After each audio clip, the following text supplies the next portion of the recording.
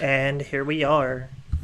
Hello, everyone, and welcome to Behind the Trance. I am Mama Danielle, and over there is Alistair James. And today we are Hello. interviewing the one and only Sam Mitcham, all the way live from the UK. How you Thank you, doing? Sam, Hi. for joining us. How you doing? You all right? Good. Doing How's pretty it over good. there? How's the weather over there? Raining. I'm in Manchester, aren't I? So it always rains. Yeah, cold and wet. As it should be. We Far cry actually from have cold that. and wet in LA for a change. It was raining. We had lightning and thunder. It's been like the Lucky. craziest weather I've seen in a while here. So we're in storm watch in LA. Yeah, we've got a bit of a Lucky. storm coming in here now, but it's like a light breeze compared to what you guys get. I'm pretty sure. So I How's guess the, it's just gray skies and rain, as it just, should be. just miserable. that's usually the Yeah, UK. that's the UK. But when the sun shines, everyone really appreciates it, and everyone it's a big buzz. That's what I love. I love the British summer. I laugh at that because it's like 2 weeks of the year, but those 2 weeks are just insane. Everyone is like loving life, making beer gardens, parties, festivals. It's just brilliant. Oh, man. I think I'm there usually during that 2 weeks. It's in June. It starts the end of June, and it's really really nice weather because every time I go, because I usually go to London before I'll take off to Lumi, because it's cheaper to fly in there. You want to come up often? So I'm always there. So every time I'm there, I get really nice weather. So I'm spoiled in the UK because I only know the nice June weather. I'm not only been there a couple times in the rain. Mm-hmm. So how's the move going? Oh God, man, it's been chaos. I mean, yeah, finally in. Kind of in a full renovation now. So I was hoping to speak to you in my new studio, well, my old studio, but that's now in boxes. Ooh. Literally climbing over boxes of vinyl and speakers and all sorts everywhere. But we're just renovating. This is the spare room. It's the only room I could actually set something up and sit without a load of junk in the background. So yeah, it's good. It's sod's law, isn't it? No work for like a year, and then all of a sudden the week I move, things start opening up in the UK. Just like and stuff. I'm now juggling like every agent and event promoter partner is like on my case, and I'm trying to trying to renovate the team. And it's just crazy, but better, it's positive. I'm happy for it. Mm. I know you're happy to be back to work and Yeah, getting definitely. back on the shows.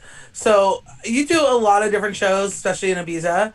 What are all the shows that you pretty much have your hands on these days, or will Okay. have your hands back on We these start from days? the beginning is probably the easiest, isn't it? So I started with the boat party Driftwood. Uh huh. So that was just started as a one-off, and then kind of did another, then a full season. And then from that, I met my partner with Capture Festival, who runs the Ibiza Trance Week, Kirk. Mm. Hmm. And we got together and basically it was supposed to be a little back room in Sankey's, and it ended up being Capture Festival. So yeah, one thing led to another, and yeah, here we are with that. So that's kind of the Ibiza stuff. I do some after party stuff called Sunk. Um, and then in the UK, we've got Wax Format, which is my vinyl only night. So yeah, that's the one that's closest to my heart, really, because I'm a big vinyl junkie, if you were. And then Digital Society. So yeah, it's one of my partnerships, and Love newest digital. Liberation at Fabric in London, which is Yes. And you yeah, guys Oh, just man. announced a huge lineup for yeah. Liberation. It's a big For the first, it's first started in October. I don't remember the exact day, but it's first started in October, and I'm going to do everything in my power to get there because the lineup was massive. well, you God. can get you'll be very well looked after. Let me tell you that. It'd be an honour to have you guys over if you can make it. I know it's maybe a bit of a dream at the moment, with how travel's been, but you never know. I think there's some other things going to really finally starting up again. So yeah, fingers crossed. Fingers Fingers crossed. crossed for sure. Fingers crossed. So, thank you again for sitting here with us today. Um, I know you do a lot of stuff in the UK. You are UK born and raised, but you have your heart in Ibiza. How excited are you to possibly be going back to Ibiza this year? I'm so hungry. I mean, last year was the first year I've not been since 2007. Oh wow. So yeah, it was, and I did 6 full seasons out there, and then since then I go out about 3 or 4 times a year, and I'll spend sort of 3 weeks around Capture Festival, have a little bit of holiday after it, and then get home. But yeah, it was. Yeah, I wasn't very happy to not go there. So this Wow. year, I think I'm in the same boat as everyone who's in the beef ahead. Really, we're just praying and hoping we can get back there and party in full swing. Hopefully. Uh, yeah, I mean it's looking very positive. Nothing's guaranteed at the moment. We've got to be honest. Nothing's guaranteed, but Mm. it's looking positive. They're shifting the season over slightly, so you're talking like things opening in July, August, September, and extending into October. So we're like the end of September now, so we should be like in theory peak season. Well, Who I'll knows? be there. I cannot wait. Ibiza Trance Week. This would be Yeah, my third season going, my third year going, yeah. and I absolutely fell in love with the White Isle. Like that magic of the island really does get you. And now I'm like, what do you mean I can't go to Ibiza? Like I feel like I've missed a good portion of my life not going to Ibiza for it. So It's a no. little bit more tricky for you to get there than me, isn't it? I mean, I literally have to roll to the airport about 10 minutes away, and then get on a 2-hour flight with a lot of rowdy people. Oh Yeah. God. Yeah, Yeah, I have to do a but, little bit more yeah, planning. I usually have to fly into Barcelona, and that's yeah. about a 10, 11 hour flight. And then I'll take the little 50-minute flight hop from Barcelona. But yeah, it's definitely worth it, though. So for those who are out there want to go to Ibiza Trans Week, I do suggest going. The package you guys offer is insane. And then Capture Festival is just one, it's become one of my favorite festivals. Thank you. It's deceivingly small. Like it looks so much bigger when you watch videos, and then when you get to the still pit, and you're like, this thing is tiny. I was all for festival standards, but the sound is amazing. Like I've seen magic happens at that still pit. I don't care. I've seen you play there. I've seen like John Callahan. I've seen Giuseppe. I've seen Snyder, Cold Blue. Like every set that's at that still pit is just magical. It is one of the most iconic arenas in Ibiza to play, regardless of what DJ or what genre. Everyone wants to play there. Really? It holds maximum about 800 people, Yeah. and that's a push. Probably more comfortable with 600, but 800 people if everyone's standing it, like this. yeah, it's just. I mean, I when I first did my seasons out there, we also the only event that was up there was at the it was called the Zoo at the time. It's now Benamisa Park. It was a zoo project, but it was all kind of minimal house, which wasn't really our cup of tea. But we loved that arena, and we also used to go there. And I was with a particular group of friends, and Maria Healy's one of them actually, because we did our first season out there together. We met out there. Oh, awesome. Yeah, yeah, and a load of the other Irish guys, Neil Scarborough from Music First, all those kind of guys. So yeah, and we'd be there every week, and we'd be like, oh, could you imagine if there's trance in here? And I'm like, do you know what? I don't think it would ever happen, but that would be my goal. If we could get a trance in here, it would just be off the scale. And yeah, it took a few years, but yeah, we managed to put it off.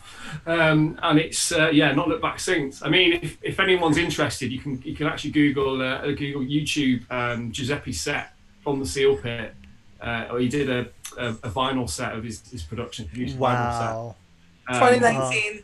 It was Yeah, so amazing. and you know, just I mean, that is one of the few points I actually get to enjoy. Is towards the end of the second night, as I'm Yeah. running around sorting things out, getting people backstage, sorting drinks out, making sure everyone's happy. If we haven't got lost, fall in the pool or anything. But yeah, it's I was stood there at the back actually with Maria, and she was in tears. It was just magic, and Yeah.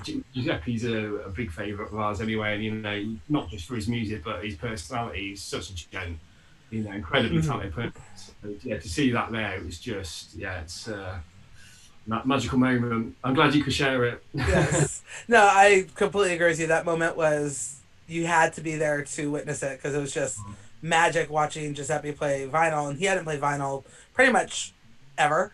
Like basically was telling me beforehand, like, this was his first time. He doesn't own decks at home, so he was just kind Oh of wow. winging it, and it was just magic that was coming out there, and just everybody who was there was just absolutely amazing sound. So thank you for putting that on.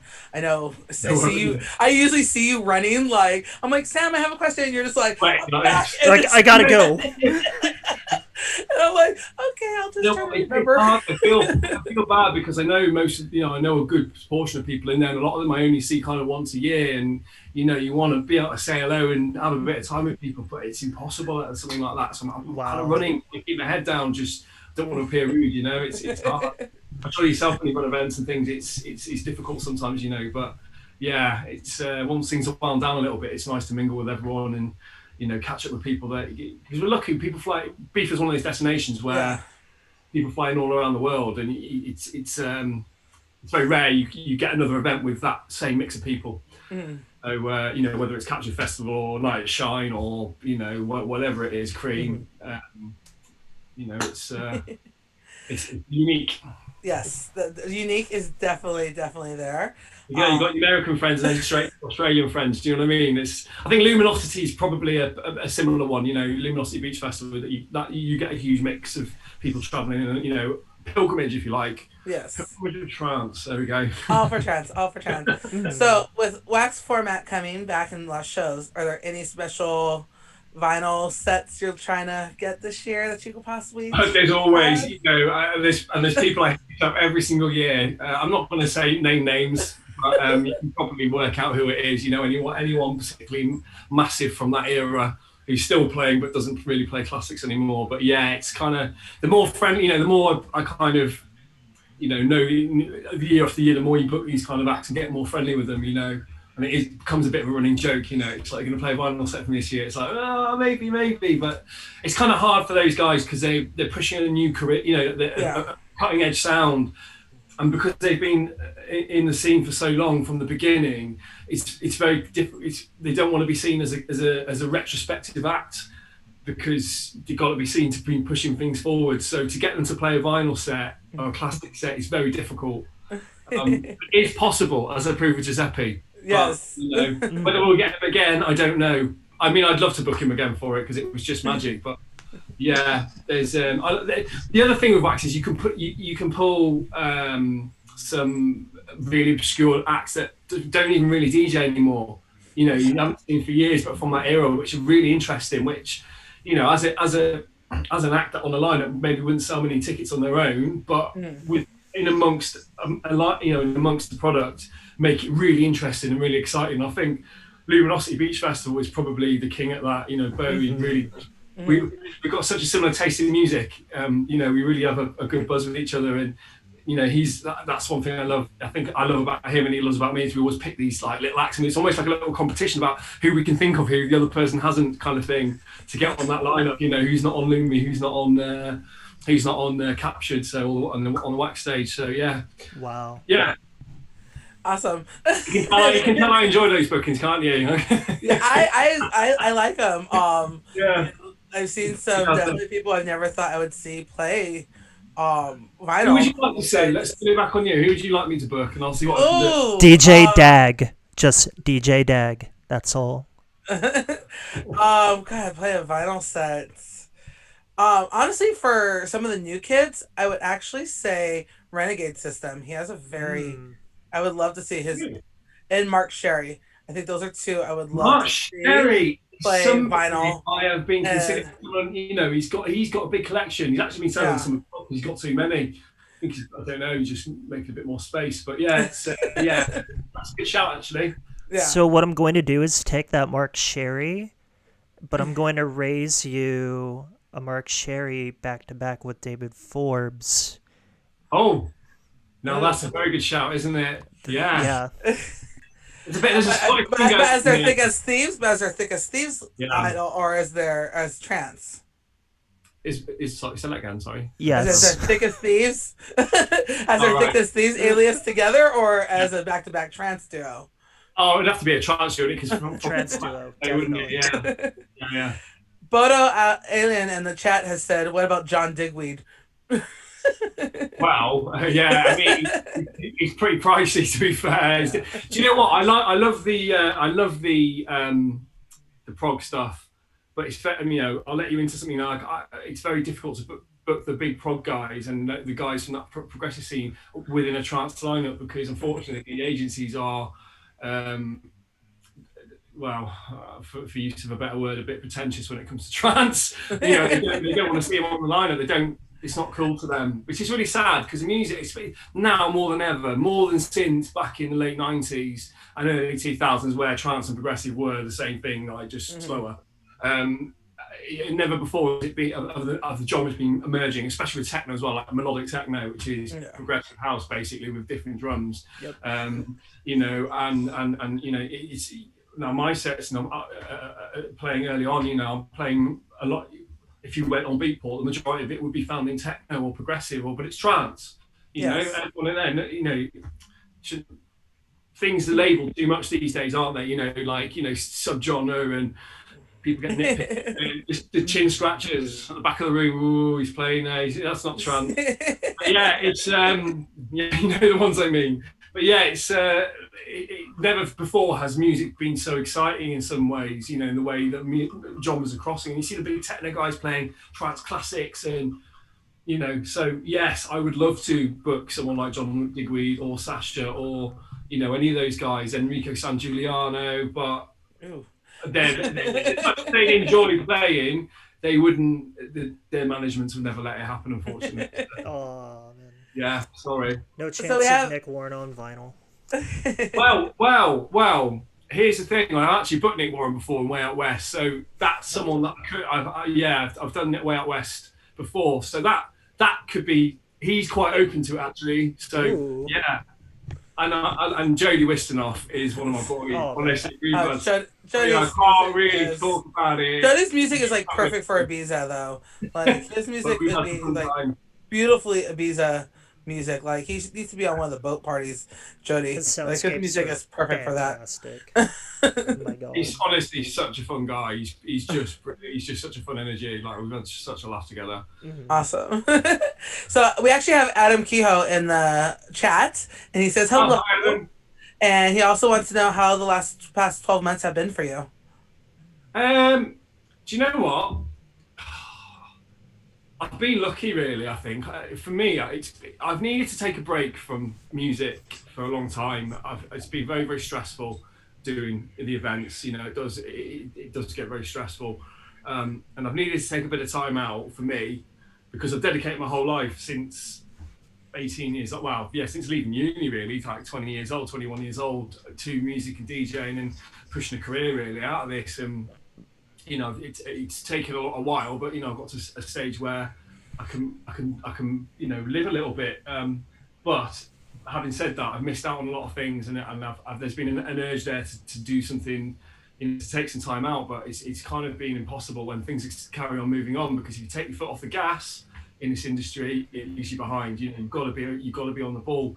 So with everything stopping, it's enabled me to go, right, I'm going to take some time out here, and that's what I've done. And I've done something for me for once, and I've kind of put everything on pause, not given up on it, but just gone and I've got a camper van, so I've been going out into to Wales and Cornwall, and just living a little bit and doing some surfing and loads of mountain biking, and just normal things, which my weekends usually saturated by events and having too much fun. So in that respect, it's been incredibly therapeutic, but on the same token, it's also been quite traumatic, going into supermarkets and seeing the same as everyone else, no food on the shelves and stuff, and there were panic buying going on and thinking, what the hell is going on here? Something you take so for granted. I'm sure you've had it the same in the US, and it's like, Oh yeah. Yeah, it was insane. Like going into the store and be like, "What do you mean there's no eggs?" Yeah. I was like, or why can't I buy toilet paper? I don't know, There's no toilet paper. I was like, "There's no eggs, no toilet paper." I was like, it was crazy. Flour, I can get flour, crisps and chocolate. I mean, I don't know what people are doing with all this food, but it's hard. It must have gone off. But it's just the media, isn't it? You know, setting up panic. You You know, see, funnily enough, with the toilet paper situation, what people were doing here in America is they were buying toilet paper and then reselling it at a higher price. Yeah, I mean, capitalism. Because scalping. I'm all for, you know, a bit of wheeler dealing. You know, I like, you know, I like business, but you've got to have morals. You know what I mean? And you know, Exactly. when it's we're in a desperate time of a pandemic, and you're like doubling, you know, like selling toilet paper on for profit and hand Like, sanitizer and bullshit people like that. don't You have know, money and they yeah, need these items. I'm going to yeah. sell it for more money. No, you know, it's just wrong, isn't it? It's just. Yeah. I just think karma's going to get people, isn't it? I hope. So talk about you taking that year off. You with that year off, you are definitely one of the DJs who didn't who really adjusted to the live streaming. You did a couple here and there, One. but just Yep. one. Oh, just one only. One with Phil, yeah, with Steve on New Year's Eve, open to close on vinyl, and that was it. One special one that took a lot of effort. To be honest, I saw so many people, like everyone did it, and I was just like, I kind of was in a place where, as well as needing to take time out, I also realised very early on that this wasn't going to go away very quickly. It wasn't going to be a number of weeks. Yeah, And for my own sanity, I kind of needed to step away because you know it is stressful, and I think my way of dealing with it was to just kind of park it and focus on something else. Whereas if yeah, I kept dipping my toe in it, you know, and you're building your hopes that when can we get this event out, when can we do this, you know, and it's just you know, and there's people, you know, I've got every respect for it, people that kept the live streams going, and you know, there's so many of them. And I just thought, you know, I'll just do one really good one, you know, just let people know I'm still there. And remind people why we love you. Hmm. well, Those vinyl sets. and that was, oh God, that was so much fun. It really was. We had a great time, Steve and I, on New Year's Eve. But yeah, yeah, I just kind of let that's what I started this Hey, time out really. So Rule Seekers is in chat. Ah, so talking about okay, so Steve. Steve, Hi, Steve is in Steve. the How you chat. doing? yeah. Hi, Steve. So Steve, if you want to join in and let us know how that New Year's special went with Sam, if you have differing opinion, or was it special for you How many too? times almost pulled down the green screen behind us? Because that obviously the visuals are on a big on the net. And it's You like a you did shit. that or Steve did that? Steve put it up, but we Oh. well we both nearly fell into it not numerous times. Like, yeah, it was good. Perfect timing, Steve. Perfect timing, for sure. So, okay, so there was a green screen back there, and Steve put it up, and you almost dropped it. No, No. we kept forgetting it was there, and obviously Oh, you okay. may have had one or two drinks. It was New Year's Eve after all. Steve more than me, I'll be honest. You know what? You know, 100% believe you. yeah. Mm. Um, yeah, but yeah, it was just like yeah, it was kind of taped up. You couldn't. It looked great on the screen, but yeah, you know, behind the scenes, as with all events, actually, you go to any festival, it's the thing, you know, when we go into festivals and go into these massive stages and they look amazing, and then like you finally get to a stage where you get to play one, and it's just absolutely terrible from behind. I was like, you know, absolutely rubbish. You know you don't ever think about that, but yeah, it's the same sort of thing really. Yeah, Yeah, the okay. behind the scenes Yeah, of the DJ booth is like sometimes fire hazard when I'm looking at yeah. artists. I'm It's like, just you a guys are gonna decorator's just table, honestly, like a Like decorator's table. cables Popping, everywhere. yeah, you're getting a bit of beer mats to put under the legs to stop it rocking. You know, Mm. yeah. And you then know, there's the just wires £3 million everywhere, and lineup. then the sound guy is the only one who knows what wires do what.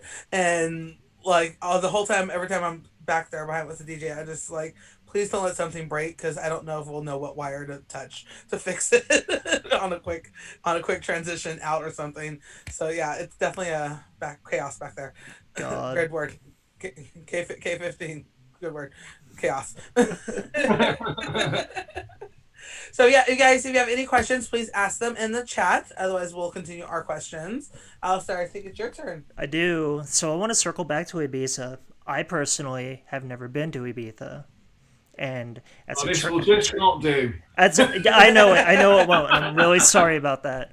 But as someone who has never experienced Ibiza, what are the essential events Ooh. and parties that somebody should go to Capture Festival, number other one. than Captured Festival? I'm not going to mention any of my own stuff because, as much as I love mate, we all know about Captured and Mm, the trance stuff because we're all into trance watching this. But Beat is not just about trance. It's not just about clubbing. It's the most magical, fun, beautiful place. And that, like, just to give you an example, like my first season was 2010, and my mum and dad came over to visit me like in midway through the season, and thought it would just, the only reason they came was to see me. mm. And didn't think they'd like it. They just thought it would be, for the young kids, really. They go back every single year. Oh wow. even they've even been out there when I've not, because I've been away playing at a festival in Europe. Yeah. They've gone that week just because of their dates. They fall in love with the place. You can get everything. There's the most amazing restaurants, beautiful beaches. They've just got it right out there. Mm. Amazing bars and just breathtaking sceneries. It's a beautiful, like, such beautiful blue, like vivid skies, and it's just beautiful and bright out there Yeah. and sunny, and like It just looks like the energy. pictures. Like it Yeah. looks like the pictures. Like this, it's the most gorgeous sunset I've ever seen in my life. And Oh, LA, we have some really good sunsets. I mean, but hands down, the sunsets you get over there just absolutely amazing. The food is so good. Yes, the water costs $15 at some of the clubs, but not all of them. But not all of them. But not all of them. right. Do you want a top tip? Top 10. Top tip. Yes, top 10. You know what? Um, Yeah. yeah. So yeah, the water is, yeah, like the drinks are expensive out there, especially in the clubs. There's no getting away from that. It's a rip off. But Mm. when you go there, you just gotta embrace it, really. But don't. What we did as workers was you buy a bottle of water and you get a glass with ice. And then you put a little bit of water in the glass, and then because it's hot in the club, the ice melts really quickly, and then you drink that, and then you go back to the bar and go, "Oh, can I have some more ice in my drink?" And then you just kind of like do that about 4 or 5 times. Oh, Now, that's smart. okay, Life hacks. as a very poor, Ibiza life hacks. with, Ibiza with, life hacks. yeah, with very little budget, like, because wages are small out there.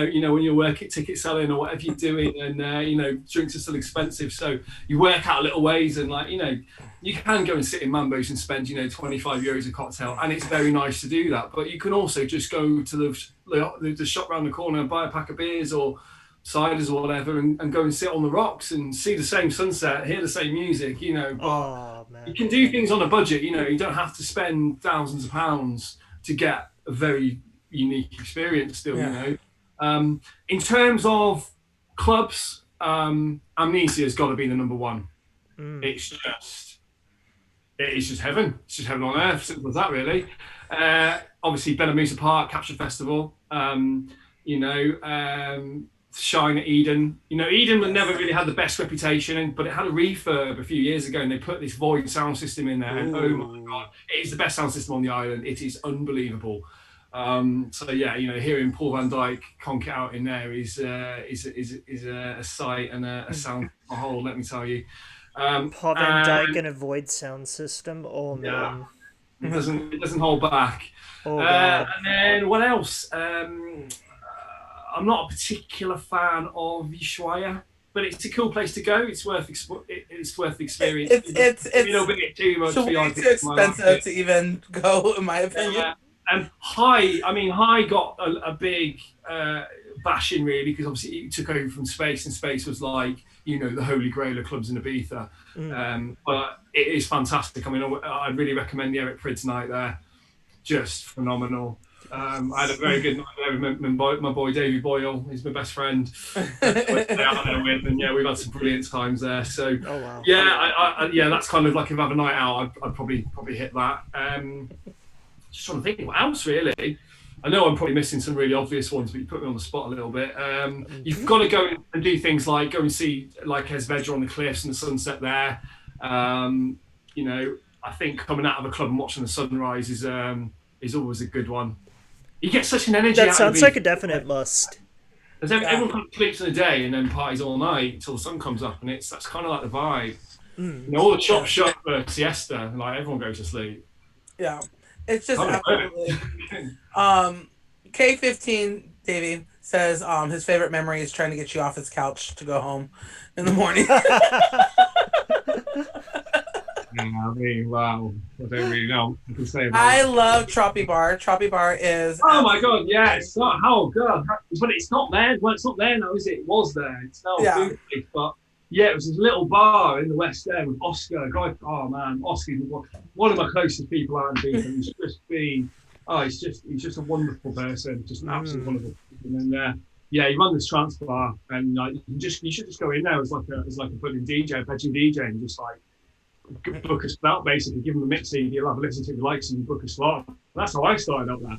Yeah. And like you get a little, that's where like me and Maria Healy and we've had like Johnny Callahan, Neil Scarborough, Brian Kennedy, like Leonard Young, we've had them all there, just all playing back to back and Oh all putting Yeah, wow. it's random. You go in there and just you don't know you who's never going to get be on that the lineup. anywhere else in the world. You know what I mean? It's like literally the size of this room. It's tiny, but we've had it in.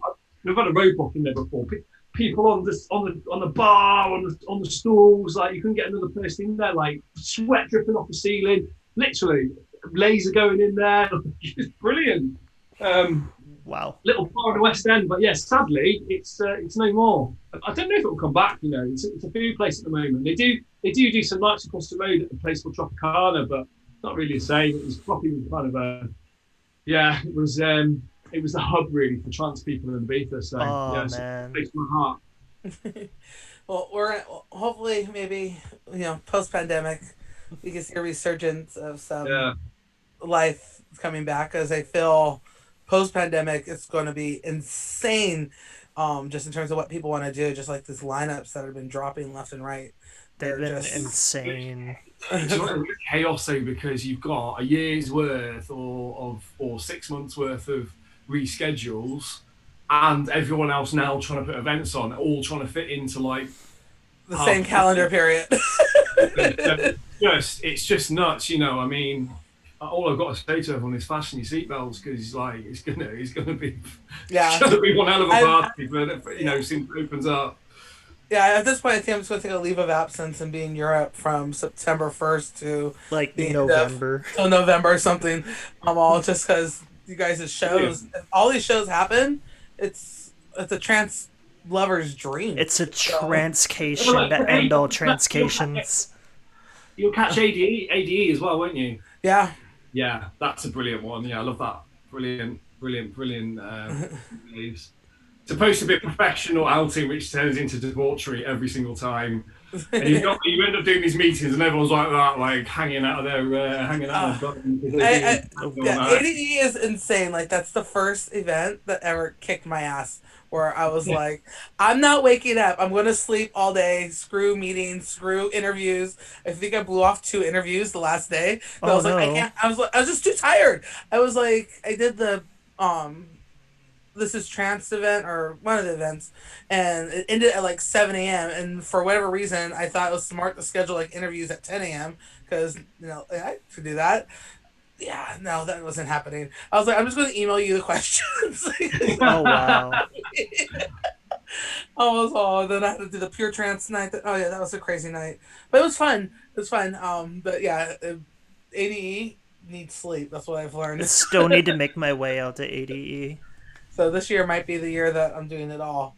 So talk going back, we're gonna spend a lot of topic on Ibiza because I love Ibiza and I think I'm having Yeah. Ibiza withdrawals. Um, how important is Ibiza to a DJ's career? Do you think to really get out there you need to do the season or two out there? It depends what genre of music you are. I think the question in its simplest form, as an international act, yes, it's hugely important because only the best DJs in the world get paid gigs out in Ibiza. Yeah, They're only there to play. Simple as that. So if you've got like a residency out there, at a big club or dates, you use that to sell yourself to the rest of the world because that puts you on a pedestal basically. So yeah, it's hugely important. As a bedroom DJ or like up and comer, um, there's not, in all honesty, there's not enough. And let's talk about trance now. There's not enough trance happening out there on a regular basis for it had to happen. I think I was probably the last year. My first season was probably the last year it was worthwhile to do that. Or last couple of years. In 2010, I went out there and there was a big night on pretty much every night of the week, or near enough. You had like Tuesday to Armada with Armin van Buren. Phenomenal night. Oh, just unbelievable. Then you had Thursdays with Cream at Amnesia. You had Judgment Sundays. You had oh god, there was all sorts going on. Nearly every night of the week there was something, and it's kind of slowly got less and less and less.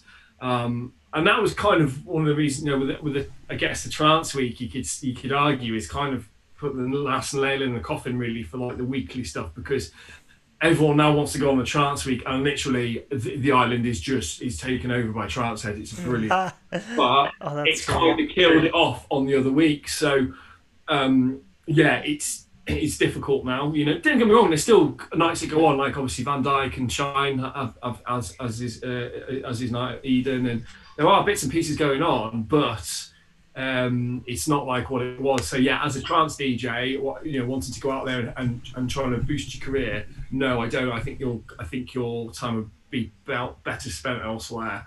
Not necessarily in a country. I just mean your energy spent doing other things, building an online presence, social media, that kind of thing is so important.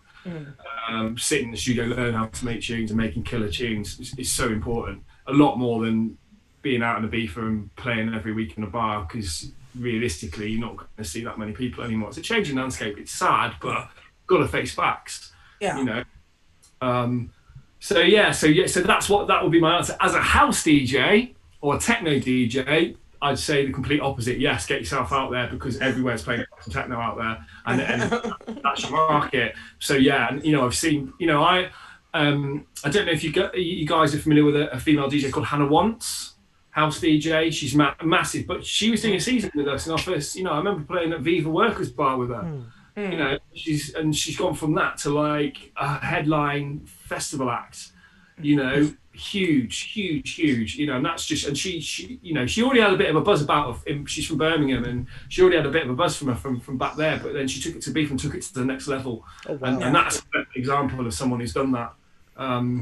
But yes, with trance, it's not the right genre for that. I mean, it's an amazing place for trance in Trance Week, but for the rest of the season, it's such an underground thing. You wouldn't really be making a name for yourself out there, I don't think. Okay, awesome. I think that's really good to know, and definitely you're one of the voices on the island, just because of how much time you spend out there and what you do out there. So, I think for a lot of artists who up and coming, they're still learning that, because I think some people think you still need to do that in the trance scene, and I wish we would go back to that day. I wish trance would be a bigger centerpiece again for the island, but. Don't we all? But I guess we have Amsterdam and London and Manchester. So Adam actually has a question that I was going to ask too. So cheers to you, Adam, for being on the same wavelength. What advice would you give? Give for, say, a bedroom DJ to get a slot for a warm-up / side room gig at events? I'm not confident enough yet, but I have thought about it. From Adam. Great question. I'm glad you asked that, because I do like to try and help people out and offer advice, because every DJ was there once.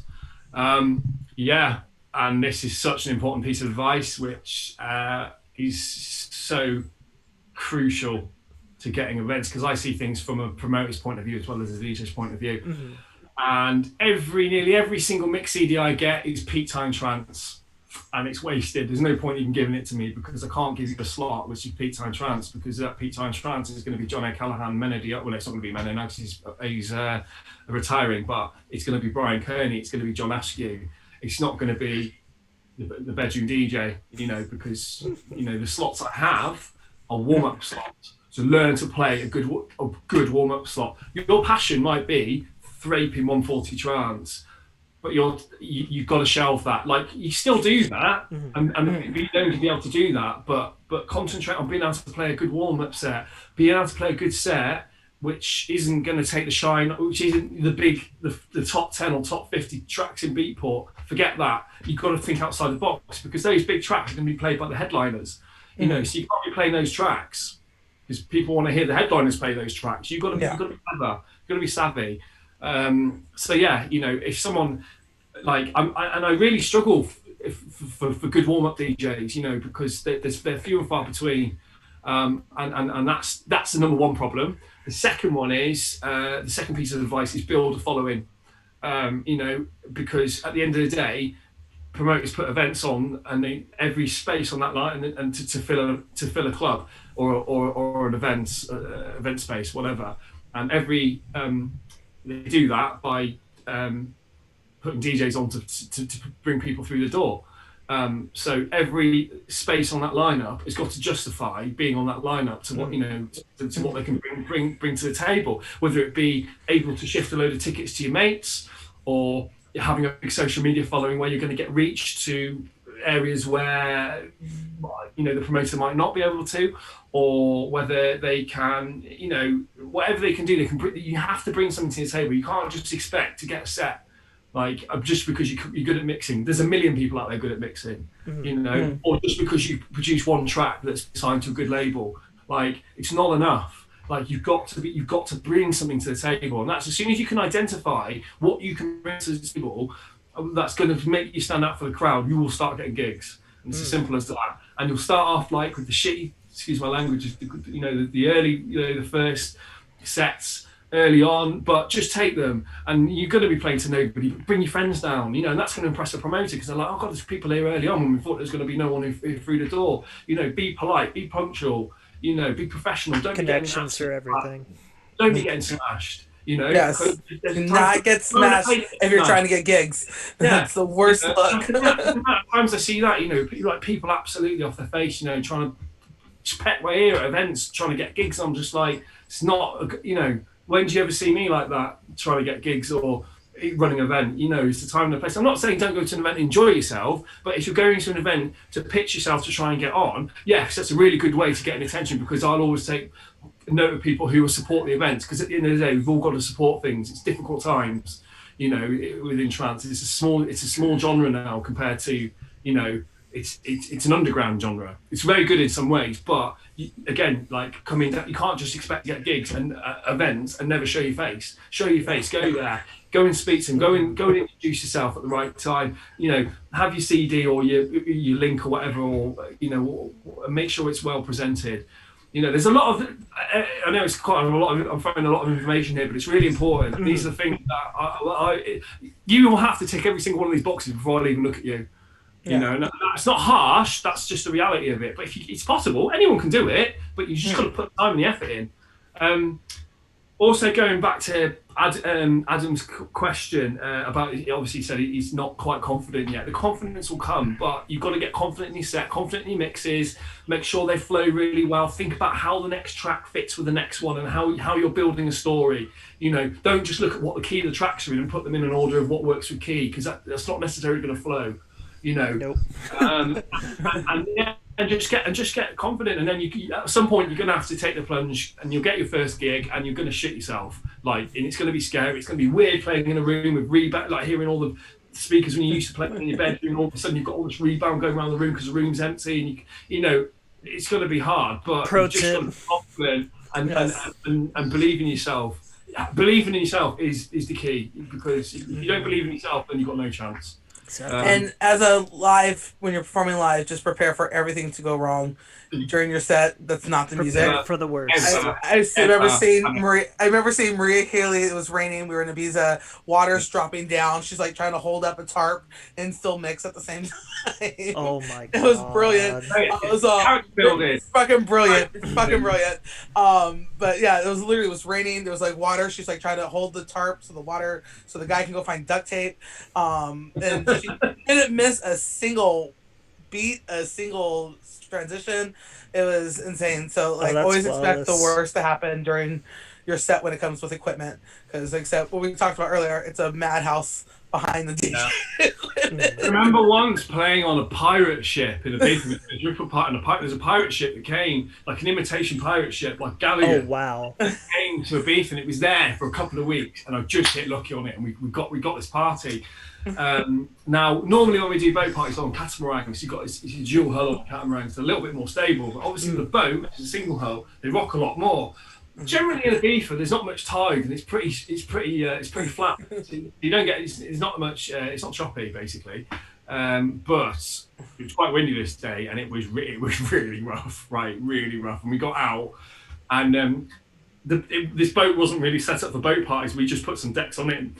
Excuse me, it was on like a table, like wasn't like like a built-in unit or whatever. It was just a table, and the boat was rocking, and it was two of us, like two. I had to have two people next to me, and myself holding the decks and the table to stop it falling off whilst we were DJing. That's probably the most. Yeah, that's probably the most intense probably situation. Oh But you get god. through it, it's all part of it. It's a story to tell, isn't it?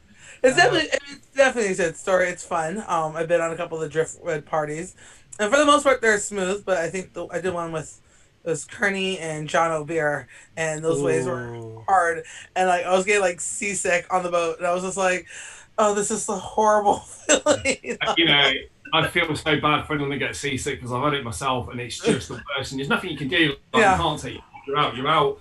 The worst thing you can do is go downstairs and sit on your own because yeah, all you're doing is concentrating on how bad you feel. Go upstairs, stay in the party, and try and take your mind off it because it's all in your head. The sickness is all in your head. So if there's stuff going on, like it takes your mind off it, and you'll be okay. Well, I say that you should be okay. You've got a better chance of being okay. But it doesn't happen very often, but sometimes it does. You do get days where it gets a bit choppy, and it's just it's nothing you can do really. It's just if you get seasick, it's not nice, is it? I actually have a question to add on to Adam's question. Yep. So, the past 12 months, Twitch has seen a massive influx of brand new DJs. And you know that the moment that we're all done with lockdown, all these new DJs on Twitch are going to want to go play in clubs. So, my question is, with all these DJs who play in their bedroom, they're all playing 140 BPM. Like they're all just hammering like out like tech trance, hard trance, all the heavy guns. How important will it be for these new DJs to learn the art of a warm up set if they want to get booked? Like imperative, like crucial, yeah, like absolutely key. Like, don't get me wrong, there's a possibility they still will get sets playing that 140 stuff, but they're going to be playing in second or third rooms. They're never going to get a shot at the main room or even probably room two, depending on how big the lineup is. And that's it depends what your aspirations are, what you want to be. If you're happy enough just to play in any room and just want to play your sound, what you're true to, then crack on. You put enough effort in, you will get there. You'll get somewhere. But if you've got like, I kind of I got a break with God's Kitchen, and I got a break. Well, I ended up closing. Steve Arnold used to warm up, and I used to close. Really, although he could, I could warm up. We were very versatile, which is why we got the residencies we had. But I was lucky in some sense because I liked the thrope and stuff back then. I'm kind of chilled out a little bit now, but I got to play it because I was the last one on, so I was like hammering it out. But those sets are so I was one in how many thousand to get that set, and get that gig. I'm incredibly lucky and incredibly grateful for that, and Keith Warburton I've got to thank for this because how did I get that gig? Because I was given I used to do promo work. I used to go and do exit flying at clubs because I get guest lists for the events, and then I get to go to the events and try and meet people, take my mix CDs, give them to promoters and stuff. And then I basically get free entry, get free drinks, pay for it, and I just have to do the exit flying at the end of the night. So fine.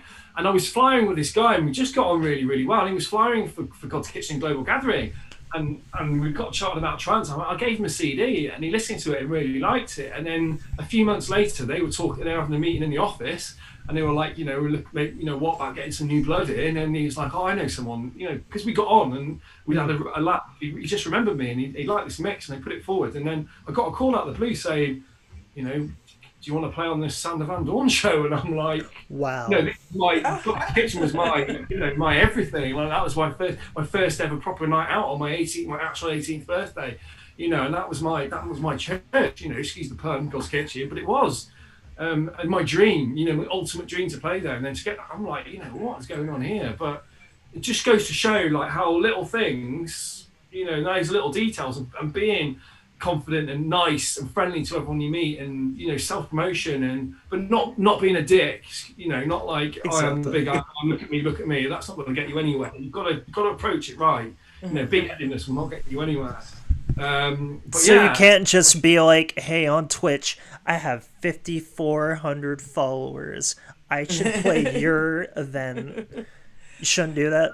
in all honesty, like I do get a lot of requests to play, like ridiculous amount of messages, but maybe it's a little bit how can I put it?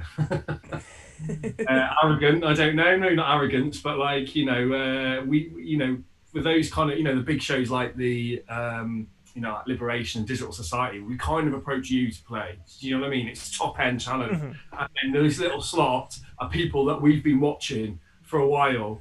It's not going to be someone that's going to message us out of the blue and they're going to get a gig there. It's not to say like to shatter people's dreams, so you're never going to get a show at that, but you've got to be realistic about where you're pitching. Start with the smaller nights first, and if you've got like 5,400 followers on, or no, a couple of thousand followers, or even like a good few hundred, that's a good start. It is. That's gonna that's a good way to start. Because if you can get even 10% or 20% of those to come to your gig, you're bringing something to the table of substance, which is good. So yeah, it's exciting because there are this whole new wave of bedroom DJs that have built up these social media followings and Twitch followings. Use them to your advantage. I think it's gonna be a real see, does Twitch viewership, or will that turn over into ticket sales? Yeah, Because you have fans, and you have a heavy concentration of fans, maybe in a remote area of the world, or certain countries.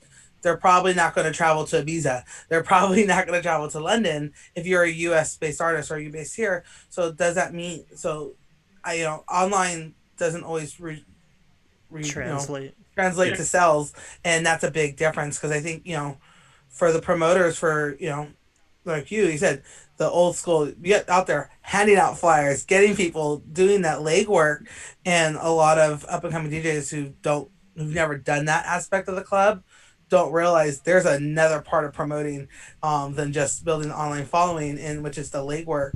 And I see a lot of, I started partying in the 90s, so I was the flyer kids. Like, we threw flyer parties. Like, I know how it is to get out there, flying people's cars, annoying everybody, having your phones blow up on pagers and stuff. And that is missing in a lot of these kids today, and that doesn't translate. Your online presence is great, you need it, but it doesn't always translate to sales, and you need people to come to the venues. So you have to have a combination of both these days. And I hope I hope these kids, they're really passionate about it, they pursue it, but I also foresee some kids are going to hit a brick wall of Yeah. Oh, you are going to hit brick walls. I can't tell you how many brick walls I've hit over the years, and I'm by no means a big artist, far from it, but I've kind of been able to make a career out of the events, and a bit of this, a bit of that, and I'm lucky in a sense. Well, I'm lucky, but I'm also worked very hard for it. It's not none of it fall on my lap, and if you really want to do this, like I would never discourage anyone from doing it, but know what you're getting into. It is incredibly hard, and the higher you get, the worse it is. And it's a savage industry, and it's broken me many times. I'll be honest with you. Like, it's horrible.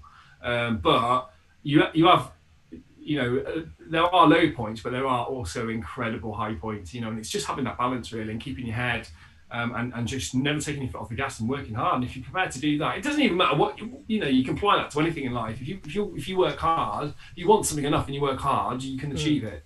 But find a way to do it. It might not be an orthodox way of doing it, but there'll be a way around it, and you will get somewhere near where you need to be. Definitely, big believer in that. So, we have a couple more questions in there, and we have already approached the hour mark. We're just going through it. Tell you, this stuff goes by fast. Almost Well, all. I'll answer as quick as I can then. I do waffle a lot. We can definitely we can go past it until you don't want to talk So no I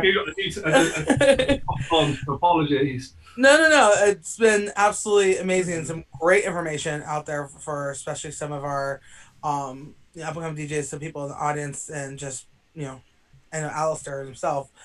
Definitely writing notes for what you're saying because you do have your hands on a lot of different bowls and throw some behind a lot of different amazing events, and I think a lot of people need that information because it's not just about the DJing, and you are an amazing DJ. Love your vinyl sets, but but I think what you bring, your knowledge for the events and the bookings and the management of that is something that is vital to up and coming DJs because they need that information. So they approach it because I've seen many times kids want to come out and they party and they are hammered at the festival, and I was like, "This is not. You do not want to see this person right now. Like you do not want to see them. Like you want to just stay on the dance floor." DJ or promote his neck. You're in their ear off. They can't even hear words you're saying. Like, no, how not to do it? Yeah, you've got to be sensible about it. Balance your party time and your professional time. I'm not saying don't go and have a good time. Just go and speak to everyone first.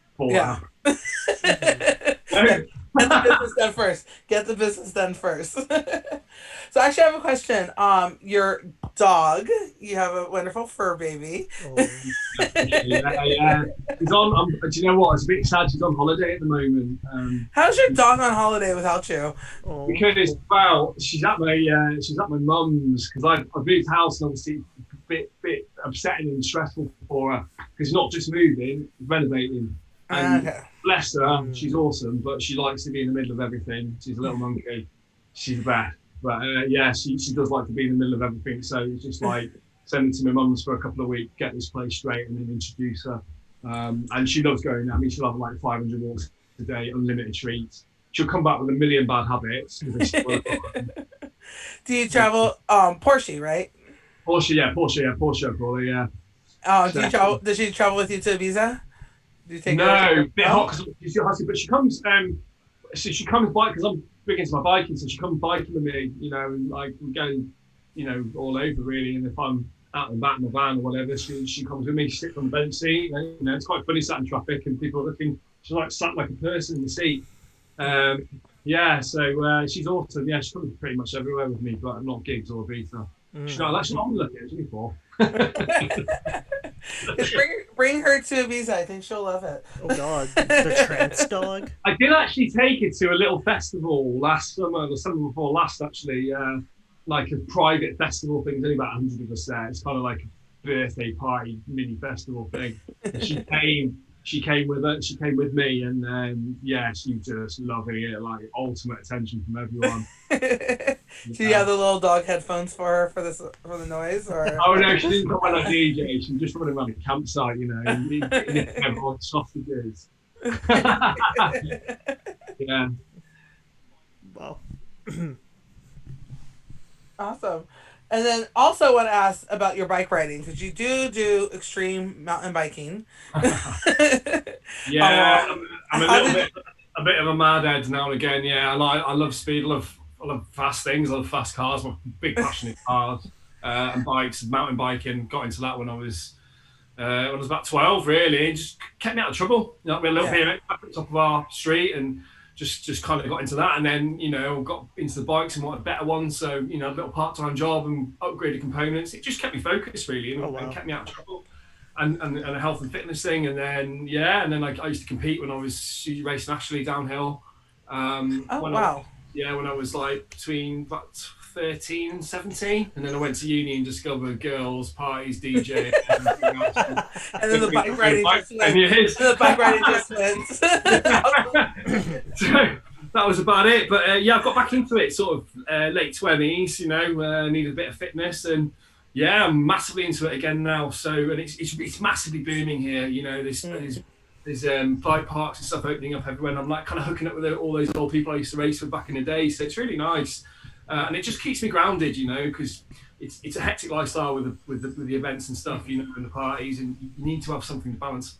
Life's all about balance, and that's a really healthy thing, and just a big adrenaline rush as well. There's no quite much like adrenaline. There's if you're into it, you're into it. So yeah, and I am. I know last year someone actually stole your bike, unfortunately. Oh no.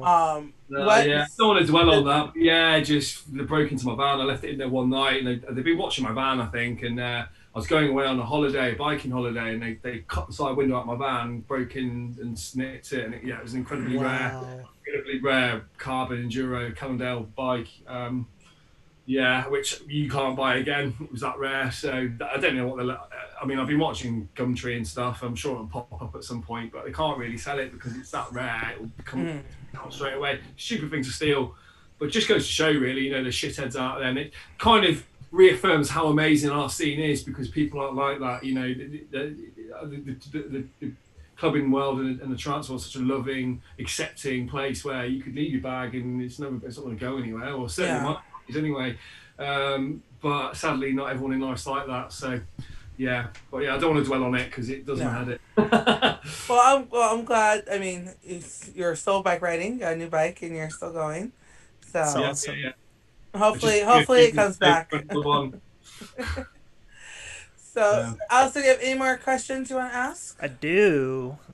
So, I hear April 1st, pubs are to open back up, and June, events are to open back up. So, I'm curious, are you more excited for the events, or are you more excited for the pubs?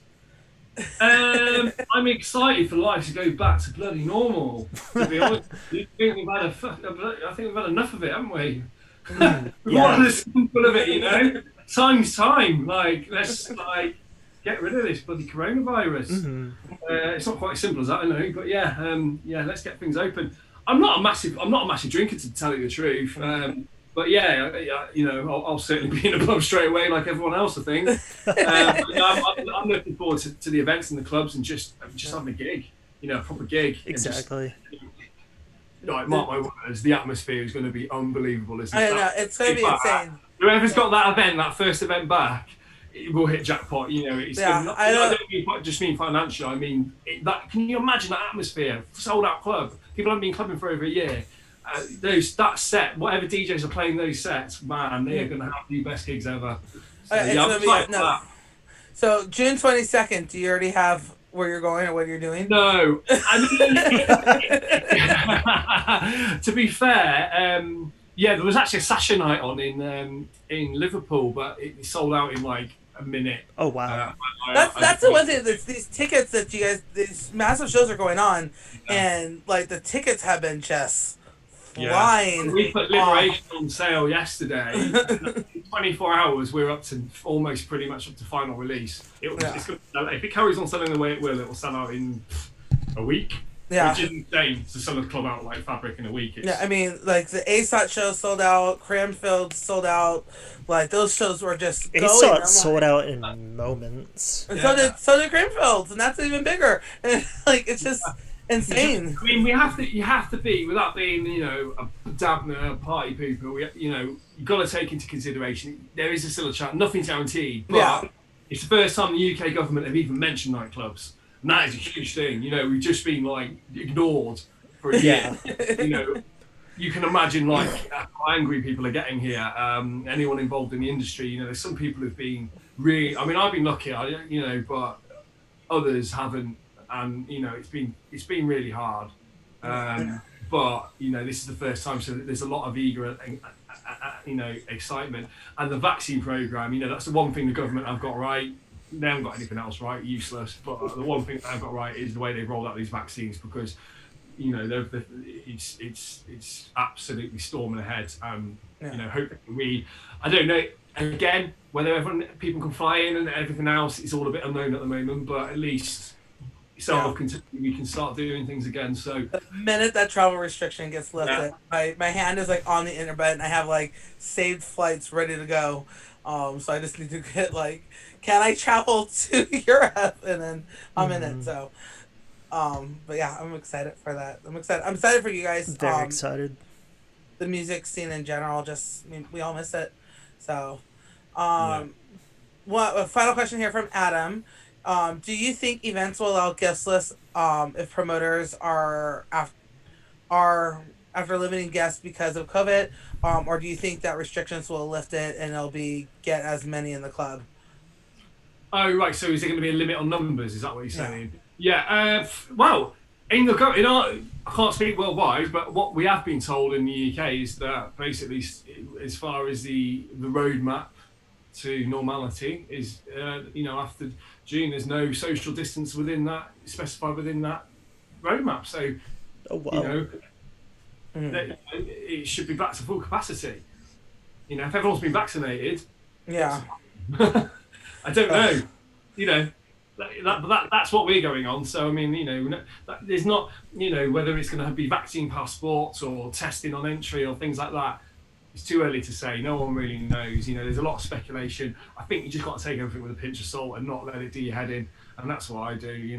Because people always talk shite, don't they? They say, you're going to have to do this, don't have to do that, you won't be able to do that. And it's never as bad as that. There'll be a Yeah. little bit of truth in something. It'll be somewhere in the middle. So I think my advice to everyone is just don't panic about it. Just roll with it, and we'll all be all right. We'll get there in the end. Mm-hmm. Might be a bit of a relaxed atmosphere, attitude, but you can tell I've had a year off. I'm just like not stressed, not bothered. We'll be all right, guys. We'll work with it. We'll just run with it. Don't It'll be fine. So, final question for me. So, pre-pandemic, we all taken things for granted. What is something you're never gonna take for granted again? Freedom. Mm-hmm. I think your freedom, seeing your friends, seeing your family, being able to go where you want to go, when you want to go. Being able to go out, being able to socialise, intimacy, human contact. All these sort of things. Mind blowing. I'd like to think the event world will work nicely. The music industry will be a little bit more considerate with each other because behind closed doors, or from my side of things, not I don't mean me personally, but like when you're running events, any promoter, it is, it is a pretty nasty place at times, and everyone's kind of doesn't play ball and a lot of silly fights and things. It's just business at the end of the day. But I'd like to think that with this new world, people are going to start working together a little bit more because hopefully it's having it taken away from everyone makes people realise that how quickly it can all just disappear without anything to do with you, you know. And yeah, that's kind of it really. I really do hope everyone kind of works a bit nicer with each other. I mean, most people get on, but there are a few people that it's just stupid nonsense really. I'm sure it's the same all around the world. Well, I know it is, but yeah, I think I'd like to think that everyone will just work a little bit nicer with each other, and be kinder with dates and not put things on the same date as other people, and just pay a bit more respect to each other. Yeah. Simple as, isn't it?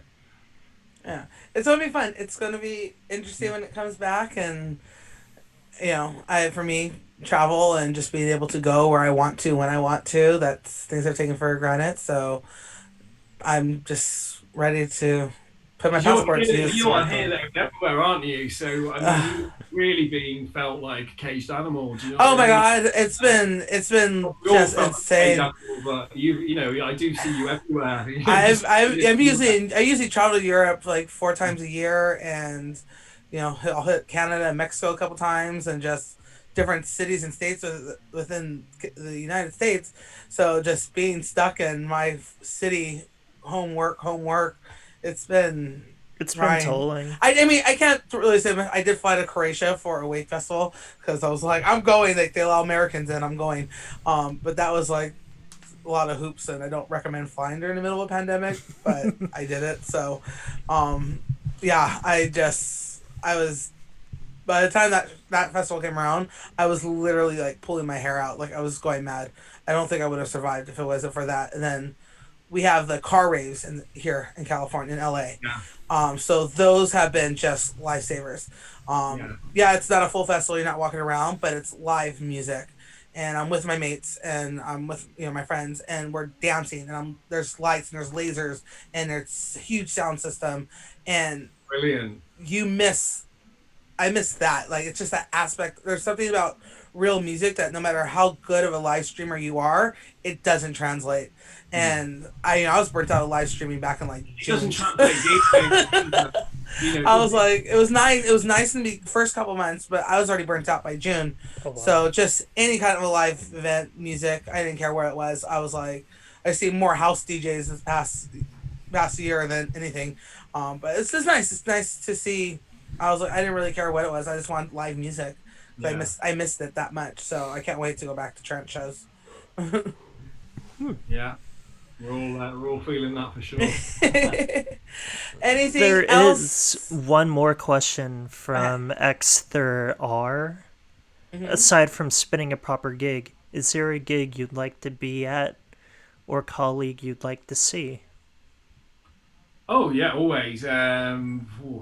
I tend to like going to techno nights, if I'm honest. That's a good answer. Because because trance is my I just overanalyze trance. It's kind of difficult to have a good night out sometimes when it's something you know inside out, and you know everyone there, and kind of sometimes it can when you go to a techno night you don't know anyone, no one knows you, and you can just have a good night. And I don't know the music; it's all new to me. Whereas like I know every single track I've heard a million times at a trance night. It's very rare I go to a trance night and hear something I don't know, because I've booked those DJs 4 times, Mm-hmm. Yeah. So not saying, but I tend to like a classics night. Really, I know that's a bit contradictory to what I've just said because I know I must have tunes a million times. But, you know, that's my era. Growing up, I think there's always an era that's special to you, and I like the early 2000s. Early to mid 2000s were there's just some magical.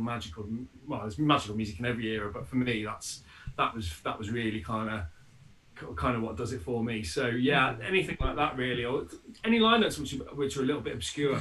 And there's something is something a little bit different really. So I will trance wise Luminosity Beach Festival. I'll be looking forward to. Yes. For sure. Yes, there is always something obscure and interesting there. Yeah. I'm hoping.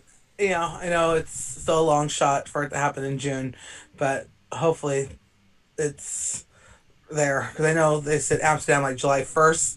The bigger events can kind of go, so we're like right before it. So I'm like, please let it happen. I have that time already approved off. Mm-hmm. I just need to buy my plane ticket, so we'll see. Hopefully we'll go.